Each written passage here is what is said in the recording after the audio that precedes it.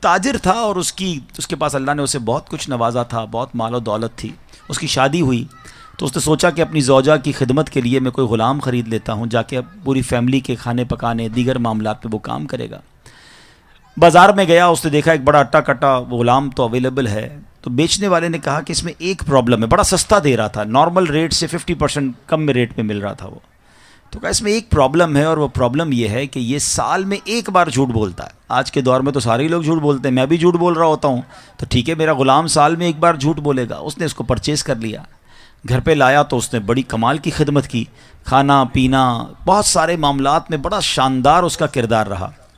ایک سال کمپلیٹ ہو گیا اور وہ وقت آ گیا کہ جب اس نے جھوٹ بولنا تھا.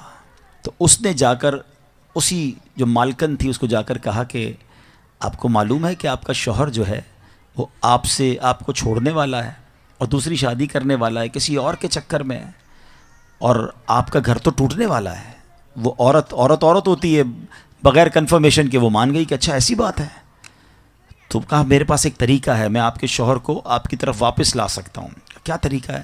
کہا بس آپ اس کی گردن پر داڑھی کے جو بال ہیں نا وہ مجھے کچھ کاٹ کے لا دیں، میں بس کچھ پڑھوں گا تو وہ پھر آپ کی طرف آ جائے گا، اور یہ اس طرح ہے، یہ لیجیے اور اس سے جا کے اس کے بال کاٹ لیجیے گا.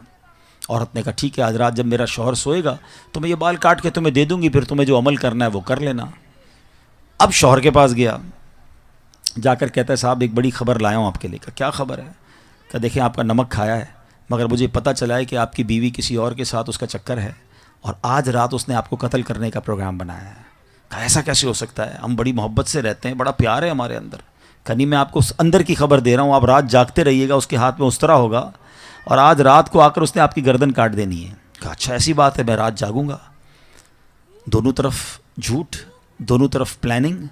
اور ایسا ہی ہوا کہ رات کو وہ بیوی بیچاری اس طرح لے کر اس لیے گئی کہ اس کی گردن سے کچھ بال اتارنے ہیں، اور جیسے ہی وہ شوہر کے قریب جا کر اس طرح اس نے قریب کیا، شوہر نے جب دیکھا کہ واقعی وہ میرے گردن کے قریب اس طرح لے کر آئی ہے، it means she wants to kill me, یہ تو مجھے قتل کرنا چاہتی ہے. اس نے اس طرح لیا اور اپنی بیوی کی گردن کاٹ دی. بیوی دنیا سے چلی گئی، شوہر جیل میں چلا گیا. اس ایک جھوٹے غلام نے، اس ایک جھوٹے بندے نے گھر کا گھر برباد کر دیا. یہ ایک واقعہ جو بظاہر تو کتابوں میں لکھا ہے، مگر ہم سب کے لیے بہت بڑا لیسن ہے. ہم جھوٹوں کو دوست بناتے ہیں، ہم جھوٹوں کی باتیں سنتے ہیں، ہمیں چغلی میں بڑا مزہ آتا ہے. ہمیں کوئی بتائے فلاں نے یہ کیا تو ہم یقین کر لیتے ہیں. ہمیں کوئی کمپلین آ کر کرے تو ہم فوراً کہتے ہیں اچھا اور بتاؤ، میں بھی نہیں چھوڑوں گا، اس نے میرے بارے میں ایسی بات کی ہے. اتنے کچے کان ہیں ہمارے، جس کی وجہ سے فیملیاں برباد ہو گئی، کاروبار برباد ہو گئے، دوستیاں ختم ہو گئیں، پارٹنرشپ ڈیلیٹ ہو گئی. مگر ہمارا حال یہ ہے کہ ہم ایسے لوگوں سے نہ اپنے آپ کو دور کر پا رہے ہیں، نہ خود جھوٹ سے بچ پا رہے ہیں. اس واقعے کو نقل کرنے کے بعد علماء نے لکھا کہ ایک سال میں جھوٹ بولنے والا اس طرح خاندان برباد کر سکتا ہے. تو جو روز جھوٹ بولنے والا ہے، جس کو آج کل تو ایک سب سے بڑا پرابلم یہ ہے کہ جھوٹ کو عیب ہی نہیں سمجھا جاتا، بٹ نوبڈی کیئرز. کس کو فکر ہے؟